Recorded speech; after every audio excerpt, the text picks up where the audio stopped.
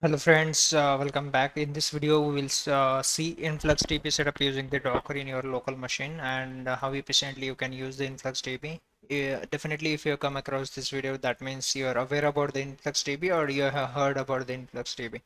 So InfluxDB is an open source time series database for recording matrices, events, and analytics.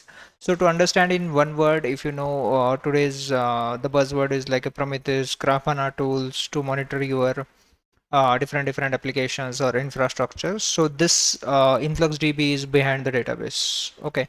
So another thing you can use the InfluxDB to have a your time series database. So time series database, the useful feature for time series database is one of the use of the domain is like a risk and fraud detection. So where you will get the data in a very frequent time series and you want to do the analytics real time to identify the fraud or anomaly detection. So InfluxDB is the right choice. InfluxDB mostly used in the DevOps monitoring and application matrices, IoT sensor data or real-time analytics. So IoT sensor, we have different kinds of a different connected devices, whether you are home appliances or any electronics or mining devices. So InfluxDB is the right choice for you. So how you can set up? Definitely you have to go to the, as usually you have to go to and visit the hub.docker.com, which is the central repository officially from the Docker. First, you have to pull the Docker image. If you're able to see here, right hand side, left hand side the panel, I have already pulled the InfluxDB image with the latest version. So if you see, this is the Docker plugin which I have used for the VS Code editor, which is helpful. Or else you can go ahead and use the Docker desktop as well, where you are able to see, or you can use the CLI command as well to check whether you have the InfluxDB or not in your local. Okay. So this is the our first step. Then move ahead and go ahead and create the container. To create the container, as usually we have to use the docker run command and then provide the parameter. So as usually you're aware that this is the port mapping to internal container to external host. This is the image and this is the container name.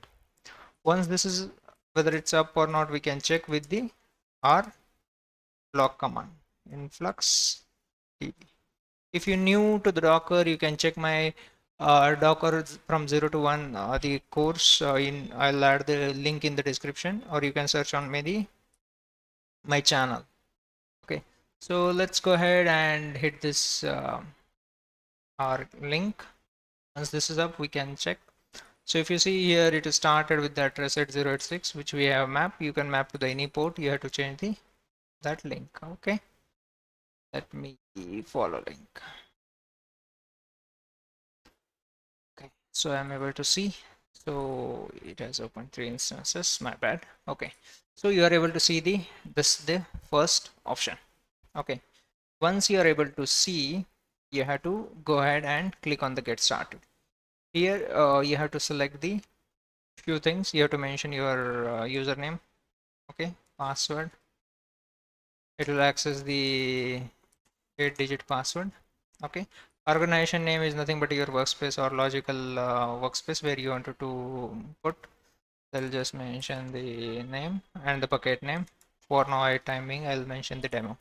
So once we'll say, it will show you the one thing, quick start, advanced, and config later. So we'll see quick start. Once you're started, it will show load your database, build a dashboard, and set up alert. So this is where you can start and explore the more. Okay, get started with Flux, Influx matrix, and explore the matrices. Okay, so this is the one point. If you wanted to do the same thing with the CLI, you have to go ahead and run the command. Okay, access your bash influx db. Okay, and bash you can mention. And here you can just check influx help command. I'll just show you the influx help so that you are able to see. And you can create the influx auth list and you can try about.